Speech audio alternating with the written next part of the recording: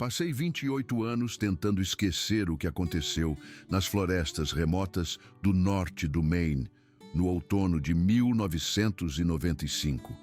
Os relatórios oficiais chamaram de falha de equipamento e negligência dos trabalhadores. As seguradoras, com sua característica falta de imaginação, rotularam como um ato da natureza. Mas eu estava lá, encolhida no escuro com outras 7 mulheres, e sei a verdade sobre o que nos expulsou daquelas matas ancestrais em absoluto terror, um pavor que nos gelou a alma. Não foi o vento, nem os ursos, nem nossos próprios erros. Foi algo mais antigo que as árvores que fomos enviadas para cortar, algo que nos observou, nos estudou e, por fim, nos julgou indignas de seu domínio. Nossa equipe de madeireiras havia sido contratada por uma grande corporação do setor para limpar uma seção de floresta primária nos confins do condado de Aroostook, bem perto da fronteira com o Canadá, onde a natureza selvagem se estende ininterrupta por centenas de quilômetros. O trabalho prometia um pagamento excelente por 6 semanas de trabalho intenso, limpando cerca de 400 acres de pinheiro branco e abeto vermelho de primeira qualidade. Algumas daquelas árvores tinham mais de 250 anos, gigantes imensos que cresciam desde antes da Revolução Americana, com troncos tão grossos que nós 3 de mãos dadas não conseguíamos abraçá-los. Eram testemunhas silenciosas de séculos de história, e nós estávamos lá para transformá-las em vigas e celulose. Lembro-me de olhar para o contrato, quando Patrícia nos mostrou pela primeira vez, pensando que era bom demais para ser verdade. A madeireira oferecia valores acima do mercado, adicional de periculosidade pela localização remota e bônus substanciais por cumprir o cronograma de produção. A maioria de nós tinha família para sustentar e hipotecas para pagar, e 6 semanas de trabalho com aqueles valores nos deixariam bem tranquilas para os meses de inverno, quando o trabalho na extração de madeira praticamente parava. Nenhuma de nós pensou em perguntar por que os valores eram tão altos. Nenhuma de nós se perguntou por que uma empresa pagaria um valor premium, pelo que parecia ser um trabalho de corte simples em uma boa região madeireira. Éramos lenhadoras experientes, confiantes em nossas habilidades, e o dinheiro era bom demais para recusar. Essa confiança, essa simples necessidade da classe trabalhadora, provaria ser a nossa ruína. O contrato em si parecia bastante direto. Éramos uma equipe experiente de 8 mulheres, todas madeireiras veteranas que haviam trabalhado juntas em várias configurações por anos, nas vastas e implacáveis florestas do norte da Nova Inglaterra. Tínhamos equipamentos modernos, 2 potentes derrubadores acumuladores Cat, um robusto trator florestal John Deere e uma carregadeira Link-Belt, capaz de manusear as maiores toras que encontraríamos. A empresa forneceu um acampamento base com alojamentos, um refeitório e um galpão de manutenção a cerca de 3 quilômetros do local de trabalho. Nossa equipe era uma unidade muito unida há mais de uma década. Patrícia Hendricks era nossa chefe e a mais experiente entre nós, uma mulher prática e direta, na casa dos 50 anos que começou a trabalhar com madeira, quando havia talvez um punhado de outras mulheres em toda a indústria.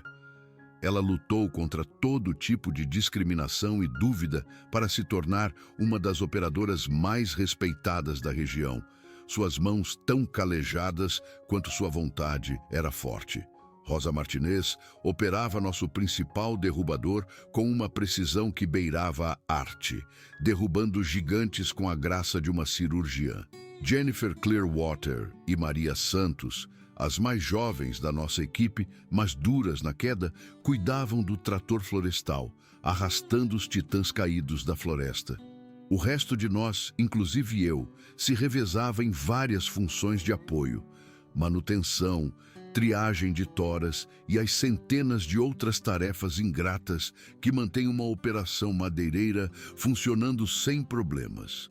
Confiávamos umas nas outras da maneira que só pessoas que trabalham juntas em empregos perigosos conseguem. Quando um pinheiro de 60 metros começa a cair na direção errada, ou uma máquina de 20 toneladas perde a esteira em uma encosta íngreme, você precisa saber, sem sombra de dúvida, que as pessoas ao seu redor reagirão corretamente e manterão todos seguros. Esse tipo de confiança leva anos para ser construído, forjado com suor, lama e quase acidentes. Nós tínhamos isso. Havíamos tirado umas às outras de situações perigosas mais vezes do que qualquer uma de nós poderia contar. Essa confiança seria testada de maneiras que nenhuma de nós poderia ter imaginado. O que tornava este trabalho em particular incomum era seu profundo isolamento. Estávamos trabalhando em uma seção de terras madeireiras privadas que fazia fronteira com áreas de natureza selvagem protegidas, supostamente por causa do habitat do lince canadense em perigo de extinção e de bacias hidrográficas sensíveis. A cidade mais próxima ficava a mais de 110 quilômetros de distância, um lugar chamado Allagash, que era pouco mais que um ponto no mapa. A estrada de terra que levava ao nosso local era uma trilha esburacada, que não via uma niveladora há anos, serpenteando por uma floresta cada vez mais densa, cruzando vários riachos em pontes que pareciam precárias e subindo para um terreno que parecia mais o fim do mundo do que parte dos Estados Unidos continental.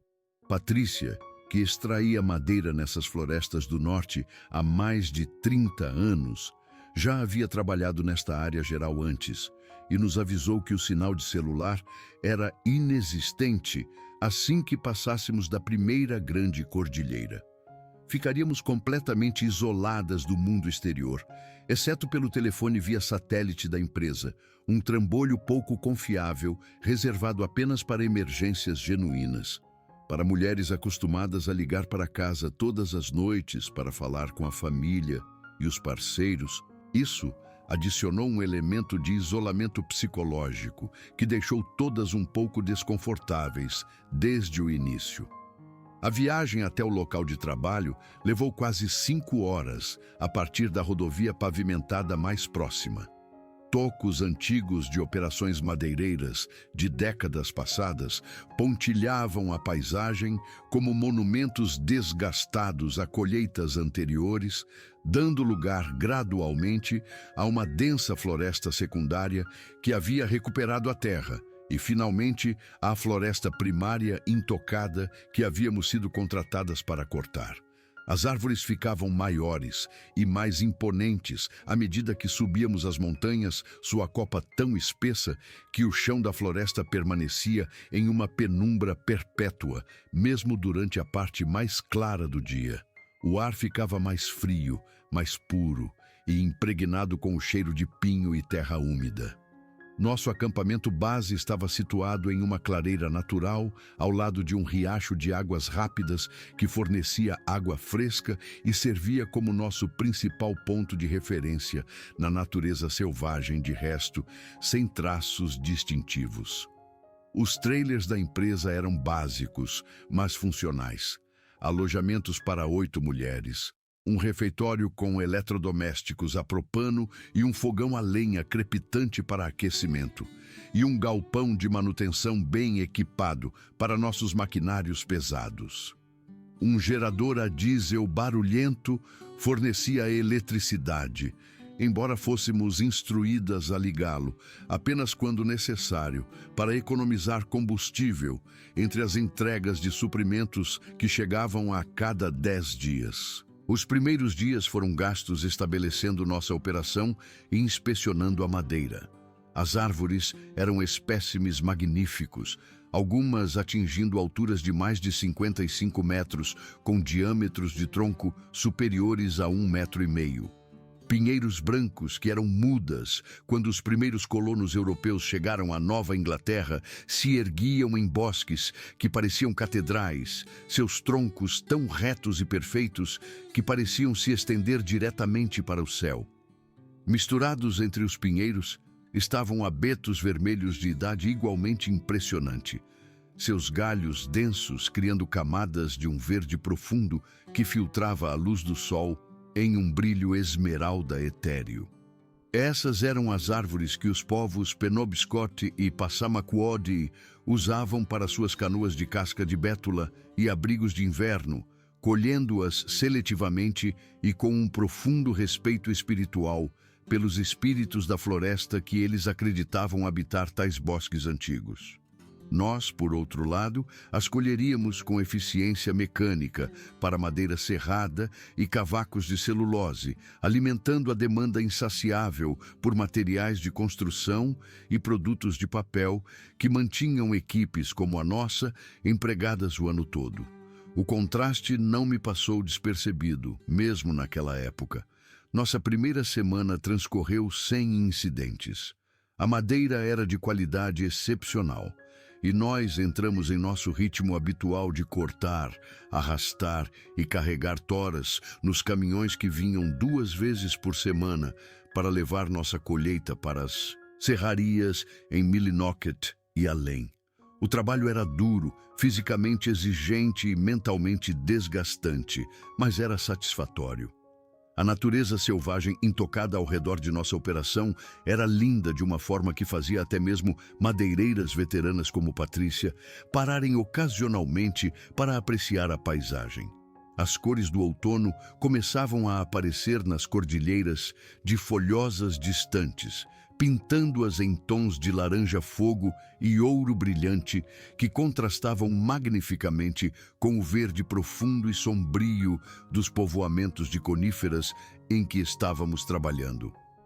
O equipamento funcionou perfeitamente nas condições frescas e úmidas típicas das florestas do norte do Maine. Nossos derrubadores acumuladores conseguiam derrubar as maiores árvores com uma precisão impressionante. Suas cabeças de corte controladas por computador, fazendo cortes limpos e rápidos que minimizavam o desperdício e maximizavam o valor de cada tora. O trator florestal podia arrastar várias toras de uma vez da área de corte para nosso pátio de estocagem, onde a carregadeira as organizava para serem apanhadas pelos caminhões de transporte que roncavam 2 vezes por semana para levar nossa colheita para o sul. Foi durante nossa segunda semana que começamos a notar os sinais incomuns. Árvores que havíamos marcado para corte foram encontradas com sulcos profundos em sua casca. Arranhões de aparência raivosa que iam de cerca de 2 metros do chão até quase 3,5 metros de altura. As marcas eram regulares demais para serem danos naturais de um galho caindo, profundas demais para serem feitas por qualquer animal conhecido. E ocorriam em conjuntos paralelos de 4 ou 5 linhas, que sugeriam garras enormes ou dedos incrivelmente fortes e afiados. Os arranhões apareciam da noite para o dia em árvores por toda a nossa área de trabalho. Às vezes, nos próprios espécimes que planejávamos cortar no dia seguinte, como se o que quer que estivesse fazendo aquilo soubesse nosso cronograma e estivesse marcando as árvores em desafio antes que pudéssemos colhê-las. As marcas eram frescas, com seiva pegajosa ainda escorrendo das feridas na casca, indicando que haviam sido feitas poucas horas antes de nossa descoberta. Mais intrigante era sua localização, sempre em alturas que exigiriam uma criatura de tamanho e alcance enormes para criar, e muitas vezes em árvores que não mostravam outros sinais de atividade animal, como marcas de toca ou danos por alimentação. Rosa Martinez, que operava sua máquina com uma mistura de força bruta e controle delicado, descobriu a primeira evidência clara de que algo grande estava ativo na área. Enquanto realizava sua meticulosa rotina de inspeção matinal, ela encontrou pegadas enormes na terra macia e úmida ao redor de seu derrubador. As pegadas tinham formato humanoide, mas muito maiores, medindo quase 45 centímetros de comprimento e 20 de largura no calcanhar. Elas mostravam impressões claras de 5 dedos, distintos, e o que parecia ser um arco proeminente, mas o tamanho em si estava muito além de qualquer coisa que pudesse pertencer a um ser humano. As pegadas formavam um círculo irregular ao redor da máquina estacionada, como se algo tivesse andado ao redor do equipamento durante a noite, estudando-o de múltiplos ângulos. A criatura havia se aproximado da floresta densa, feito vários circuitos completos do derrubador e depois retornado para a linha das árvores. A profundidade das impressões sugeria um peso descomunal, muito mais do que até mesmo o maior humano poderia explicar, pressionando o solo lamacento com uma força que falava de massa e poder incríveis. Mais perturbadoras foram as marcas de mãos que encontramos nos vidros da cabine. Marcas de palmas enormes que só poderiam ter sido feitas por algo que alcançou do nível do solo para pressionar o vidro a quase 2,5 metros de altura. As marcas estavam claramente definidas na condensação da manhã, mostrando o contorno de dedos e vincos da palma, que pareciam perturbadoramente humanos, apesar de seu tamanho impossível. O que quer que as tivesse feito tinha mãos quase 2 vezes mais largas que as minhas, com dedos que pareciam impossivelmente longos e grossos. A maioria da equipe inicialmente descartou essas descobertas como sinais de urso, embora até mesmo nossas mulheres mais experientes da floresta tivessem que admitir que as pegadas não correspondiam a nenhuma trilha de urso que já tivessem visto. Os ursos negros têm marcas de garras distintas que se estendem bem além das almofadas dos dedos, e seus pés traseiros mostram uma forma característica que estava completamente ausente nessas impressões. Estas pareciam perturbadoramente, assustadoramente humanas, apenas impossivelmente grandes, como se uma pessoa tivesse sido de alguma forma ampliada para proporções gigantescas, mantendo a mesma anatomia básica. As céticas entre nós apontaram que o norte do Maine abrigava alguns dos maiores ursos negros do leste dos Estados Unidos e que um espécime invulgarmente grande poderia deixar rastros que poderiam ser confundidos com algo mais exótico. Mas quanto mais examinávamos as pegadas, menos elas se assemelhavam a qualquer animal conhecido. A posição dos dedos, a estrutura do arco e, especialmente, as marcas das mãos sugeriam algo que andava ereto e manipulava objetos com destreza semelhante à humana. Nossa integrante mais jovem, Jennifer Clearwater, que cresceu caçando nessas mesmas florestas com sua avó, foi a primeira a sugerir que poderíamos estar lidando com algo mais incomum do que ursos ou alces.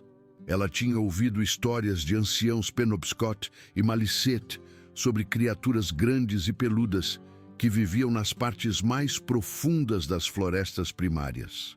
Seres que eram quase humanos, mas possuíam força e tamanho muito além de qualquer pessoa comum, e uma inteligência que lhes permitia evitar a detecção por todos, exceto os rastreadores mais observadores. As histórias dos nativos americanos descreviam criaturas que eram inteligentes e geralmente pacíficas, mas ferozmente protetoras de seu território.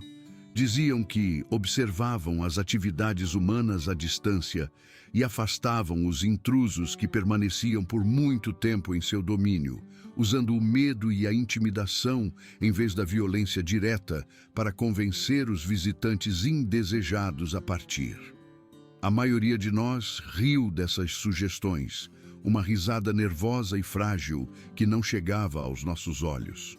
Mas, em particular, muitas de nós estávamos começando a nos sentir genuinamente desconfortáveis com nossa situação. Havia algo naquelas florestas que não pertencia a nenhum guia de campo ou manual de vida selvagem. Os sons começaram durante nossa 3ª semana. No início, eram quase imperceptíveis.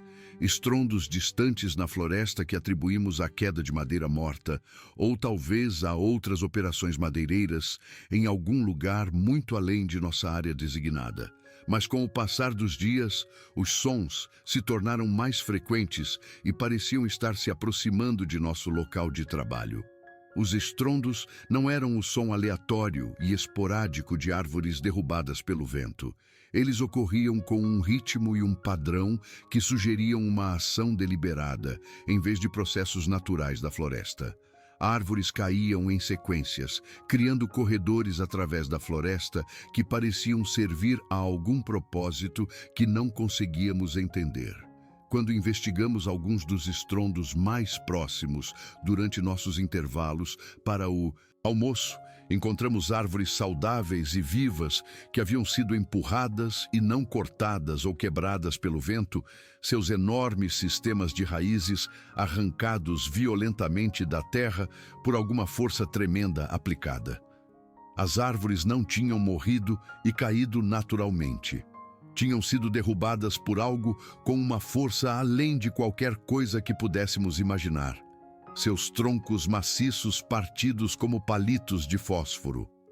O mais inquietante foram as vocalizações que começamos a ouvir nas primeiras horas da manhã, pouco antes do amanhecer. Chamados graves e ressonantes que ecoavam pela floresta como nada que nenhuma de nós já tivesse encontrado. Não eram exatamente sons de animais, mas certamente também não eram humanos. Os chamados tinham uma qualidade deliberada, quase melódica, subindo e descendo em padrões que sugeriam comunicação em vez de ruído aleatório. Havia significado naqueles sons uma gramática complexa e alienígena, mesmo que não pudéssemos entender qual poderia ser esse significado. As vocalizações pareciam vir de múltiplas fontes, criando conversas entre seres invisíveis, espalhados pela floresta que cercava nosso acampamento. Um chamado ecoava da cordilheira acima de nós, um som longo e lúgubre que vibrava nos ossos. Era respondido por outro do vale abaixo, este mais grave, mas seguindo um padrão semelhante. Então, uma terceira voz se juntava, e uma quarta, até que a floresta ao redor de nosso acampamento estava viva com uma sinfonia estranha e aterrorizante. A primeira vez que ouvi aqueles chamados claramente, eu estava deitada no meu beliche, olhando para o teto de metal fino do nosso alojamento, incapaz de dormir, apesar do meu cansaço do trabalho do dia.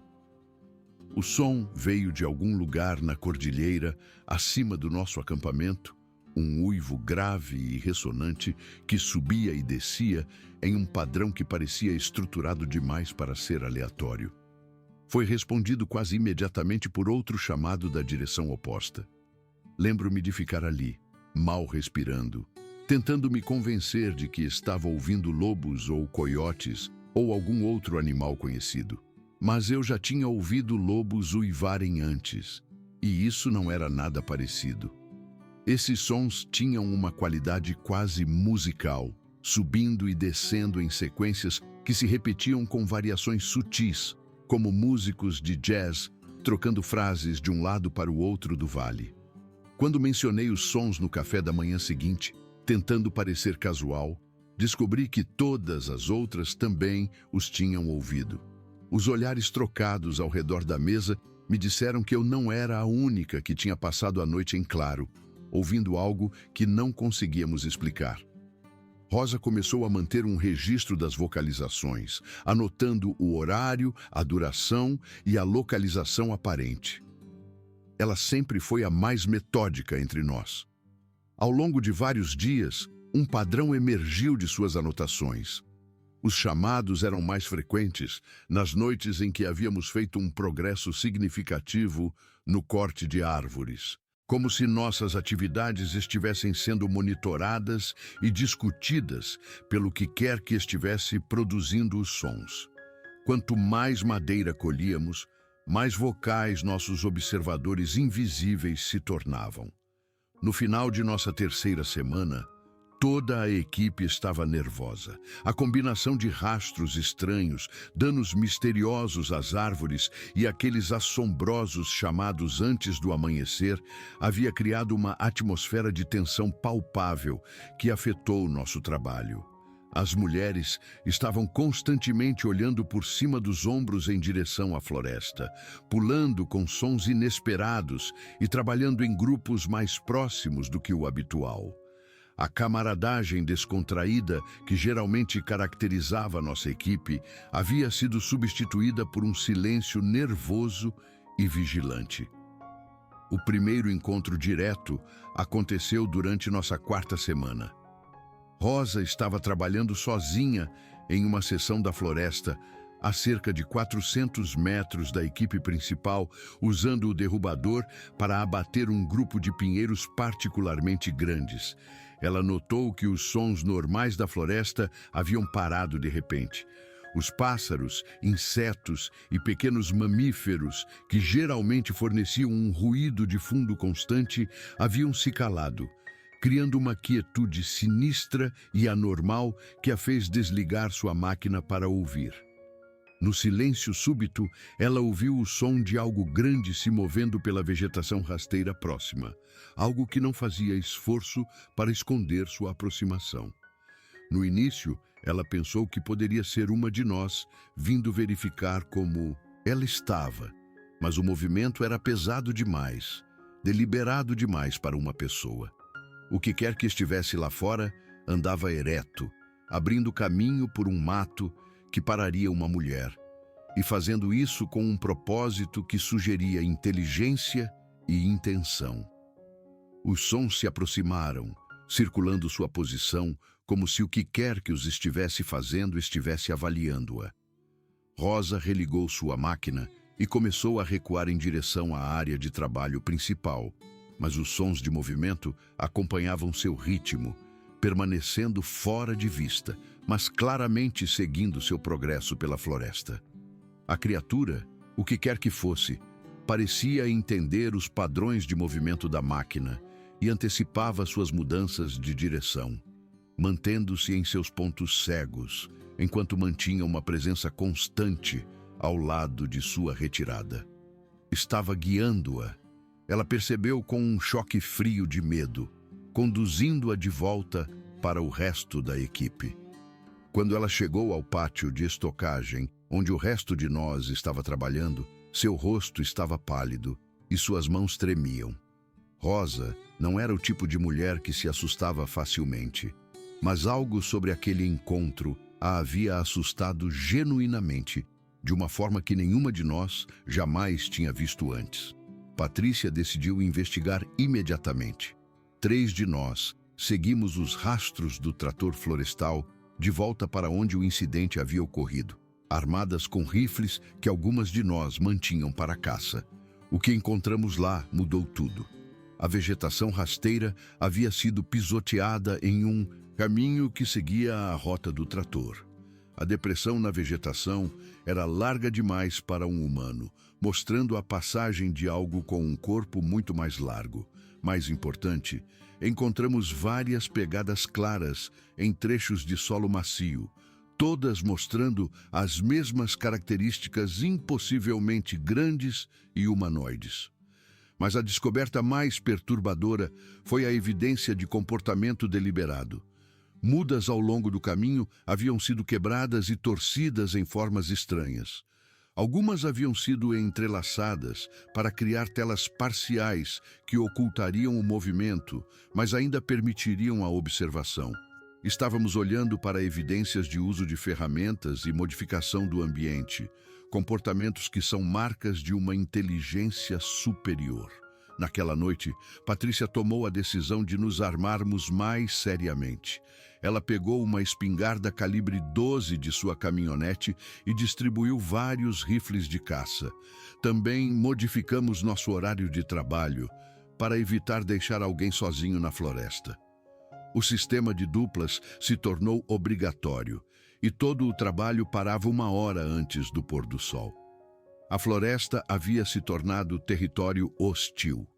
Os ataques ao nosso equipamento começaram na noite seguinte.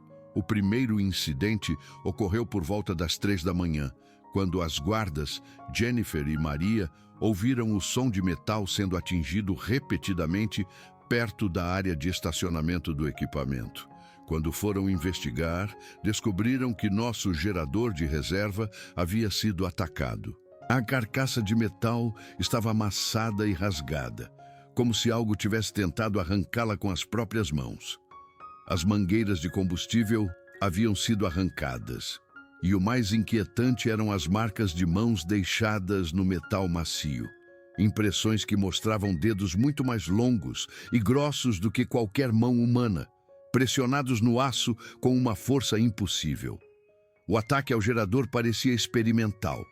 Componentes haviam sido removidos e examinados em vez de simplesmente destruídos, e depois colocados em pilhas organizadas nas proximidades, como se tivessem sido estudados. Os ataques se intensificaram nas noites seguintes. Cada manhã trazia novas evidências de destruição. Equipamentos danificados, tanques de combustível perfurados e contêineres de armazenamento de ferramentas arrombados. Na quarta noite de ataques, descobrimos que nosso algoz havia descoberto como operar algumas de nossas ferramentas mais simples. Uma motosserra havia sido ligada e funcionou até ficar sem combustível, deixando um padrão de corte distinto e grosseiro em uma pilha de toras próxima. A criatura tinha descoberto tudo aquilo apenas observando. Ferramentas manuais também haviam sido usadas para desmontar partes de nosso galpão de manutenção, com parafusos e porcas removidos usando as chaves apropriadas. A inteligência demonstrada estava muito além de qualquer coisa que esperávamos. Na sexta noite de ataques, finalmente tivemos nossa primeira visão clara do que estávamos enfrentando. Maria e Jennifer estavam de guarda quando ouviram os sons familiares de equipamento sendo adulterado. Elas decidiram se separar e se aproximar de duas direções, na esperança de pegar o que quer que fosse em um fogo cruzado de feixes de lanterna. O que elas viram desafiou tudo o que pensavam saber sobre o mundo natural. Uma criatura que tinha quase 3 metros de altura estava destruindo sistematicamente nosso estoque de peças de reposição. Era coberta por um pelo castanho avermelhado escuro e tinha as proporções gerais de um humano, mas em uma escala impossível. Seus braços chegavam quase aos joelhos e seus ombros eram imensamente largos. Sua cabeça era distintamente humanoide, mas primitiva, com uma crista sagital pronunciada no topo do crânio e arcadas supraciliares pesadas. Mas os olhos, disseram elas, mostravam uma inteligência inconfundível e calculadora. Quando Jennifer acidentalmente pisou em um galho, a criatura parou imediatamente e se virou para o som. No feixe de sua lanterna, elas viram um rosto que era expressivo de maneiras profundamente perturbadoras. Mostrou curiosidade, depois irritação, depois uma espécie de avaliação fria. Por vários longos segundos, mulher e criatura se encararam. Então a coisa abriu a boca e produziu um som que era parte rugido, parte grito, e diferente de tudo que qualquer uma das mulheres já tinha ouvido. A vocalização foi tão alta e poderosa que ambas sentiram como uma pressão física no peito. Maria me disse mais tarde que, naquele momento, ela entendeu que o rifle que segurava não significava nada para aquele ser. Ele estava se mostrando porque escolheu se mostrar. A criatura não atacou. Em vez disso, soltou outro rugido de abalar a terra, virou-se e caminhou. Não correu, mas caminhou. Para dentro da floresta com uma confiança casual que era mais aterrorizante do que qualquer demonstração de agressão poderia ter sido. Parou na linha das árvores e olhou para trás mais uma vez antes de desaparecer na escuridão. Na manhã seguinte, encontramos nosso principal derrubador acumulador atacado com uma ferocidade que nos deixou atônitas. A cabine da máquina havia sido rasgada como uma lata de sardinha, com placas de aço de meia polegada rasgadas e torcidas em formas impossíveis. O compartimento do motor havia sido sistematicamente destruído. As mangueiras hidráulicas tinham sido arrancadas e amarradas em nós. Uma demonstração de força e inteligência que não deixava dúvidas de que estávamos lidando com algo muito além de nossa compreensão. Era uma mensagem. Eu entendo a sua tecnologia e posso derrotá-la quando eu quiser. Patrícia tomou a decisão de evacuar o local imediatamente. Havíamos perdido uma de nossas duas principais peças de equipamento de corte. E estava claro que o que quer que estivesse lá fora não nos permitiria continuar trabalhando. Mas a evacuação se mostrou mais complicada do que havíamos previsto. Quando Patrícia tentou usar o telefone via satélite para relatar nossa situação, descobriu que ele havia sido desativado. Componentes cruciais haviam sido removidos do transmissor durante a noite. As criaturas entendiam para que servia o telefone via satélite e garantiram que não pudéssemos usá-lo. Estávamos completamente isoladas. Carregar nosso equipamento funcional restante e pertences pessoais levou a maior parte da manhã. Enquanto trabalhávamos, podíamos sentir olhos nos observando da floresta.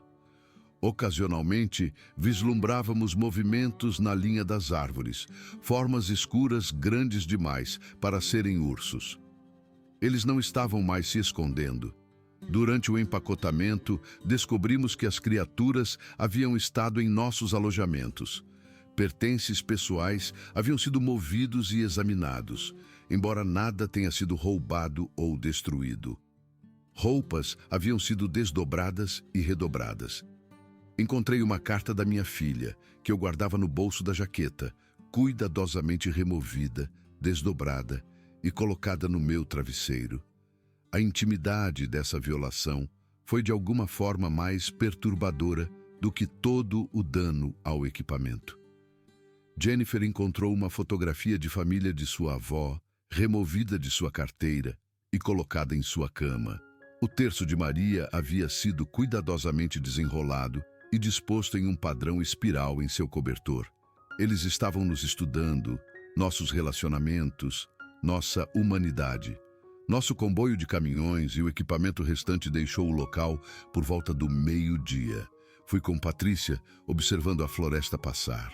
As árvores que pareciam bonitas agora pareciam ameaçadoras. Eu já vi homens serem esmagados por árvores caindo, disse ela em voz baixa, os nós dos dedos brancos no volante. Já lidei com todos os animais perigosos nestas matas, mas eu nunca me senti como uma presa antes. É o que nós éramos lá, presas. A cerca de 16 quilômetros do local de trabalho, encontramos uma árvore enorme caída na estrada, bloqueando completamente nosso progresso. O tronco havia sido quebrado, não cortado, partido a cerca de 2,5 metros da base, pelo que só poderia ter sido uma força enorme aplicada. Enquanto a examinávamos, ouvimos os chamados começarem na floresta ao nosso redor, vindo de múltiplas direções simultaneamente. Estávamos cercadas. Patrícia tomou a decisão de abandonar tudo. Pegamos nossos pertences pessoais e armas e começamos a caminhar pela estrada da montanha, deixando para trás centenas de milhares de dólares em maquinário. A caminhada até a cidade mais próxima levou quase 20 horas, durante as quais estávamos constantemente cientes de que estávamos sendo seguidas. As criaturas permaneceram na floresta ao lado da estrada, acompanhando nosso grupo, mas nunca se mostrando claramente. Estávamos sendo escoltadas para fora de seu território. A contenção que demonstraram foi talvez mais assustadora do que a agressão teria sido. Quando finalmente chegamos à civilização, nosso relato foi recebido com ceticismo. Investigadores da empresa e a polícia estadual foram enviados ao local, suspeitando que havíamos inventado a história para encobrir um roubo. Mas eles não encontraram nenhum vestígio de nossos caminhões e maquinário abandonados. Tudo havia desaparecido, como se nunca tivesse existido. O relatório do investigador concluiu que havíamos fabricado nossa história. A situação só foi resolvida quando imagens de reconhecimento por satélite se tornaram disponíveis, mostrando enormes perturbações na floresta ao redor de nosso local de trabalho. As imagens revelaram novos caminhos abertos na floresta e o que pareciam ser estruturas primitivas. Mais importante, elas mostravam grandes figuras bípedes se movendo entre as árvores. As imagens forneceram prova inegável de que algo correspondia às nossas descrições. Nosso equipamento abandonado havia sido sistematicamente desmontado e os componentes espalhados e escondidos por toda a floresta. Cada membro de nossa equipe foi obrigado a assinar acordos de confidencialidade abrangentes em troca de uma compensação generosa. A reunião ocorreu em uma sala de conferências federal sem janelas em Augusta, com advogados e homens de terno que nunca se apresentaram. Eles queriam que ficássemos quietas. Perguntei a um dos homens por que isso importava tanto.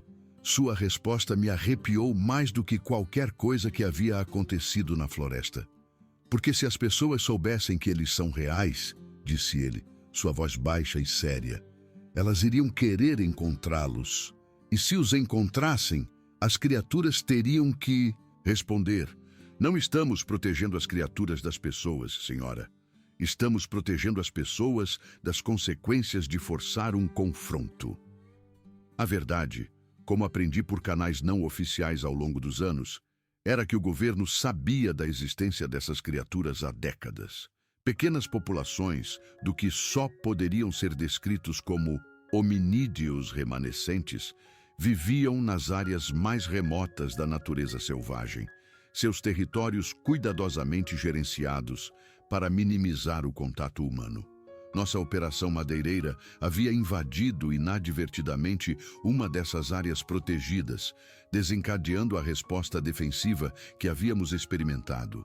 Passei os últimos 28 anos tentando processar tudo isso. Os pesadelos diminuíram, mas ainda acordo às vezes ouvindo aquelas vocalizações impossíveis ecoando em meus sonhos. Mudei-me para a cidade, o mais longe possível das matas profundas. As outras mulheres da nossa equipe se espalharam. Patrícia se jogou no trabalho até seu corpo não aguentar mais. Rosa se mudou para o deserto do Arizona. Jennifer construiu uma vida no centro de Chicago. Maria encontrou consolo em sua fé. Nós nos afastamos, cada uma lidando com nosso trauma isoladamente. Estou contando esta história agora, porque acredito que as pessoas têm o direito de saber o que está compartilhando as florestas com elas. Os acordos legais que assinei ainda podem ser válidos, mas já estou velha o suficiente para que as consequências importem menos do que a verdade. Minha saúde não é mais a mesma e passei anos demais carregando este segredo sozinha. Aqueles seres magníficos e aterrorizantes merecem reconhecimento. Não como monstros de lenda, mas como coabitantes de um mundo que é muito mais misterioso do que acreditamos. Eles estavam aqui antes de nós, e se não tomarmos cuidado, podem muito bem estar aqui depois que nos formos. O pensamento não me traz conforto, mas traz uma espécie de admiração que nunca desapareceu completamente. Não estamos sozinhos neste planeta e nunca estivemos. A natureza selvagem guarda segredos que nossa civilização escolheu ignorar.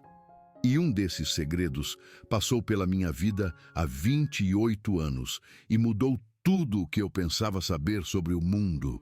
A floresta se lembra, e eu também.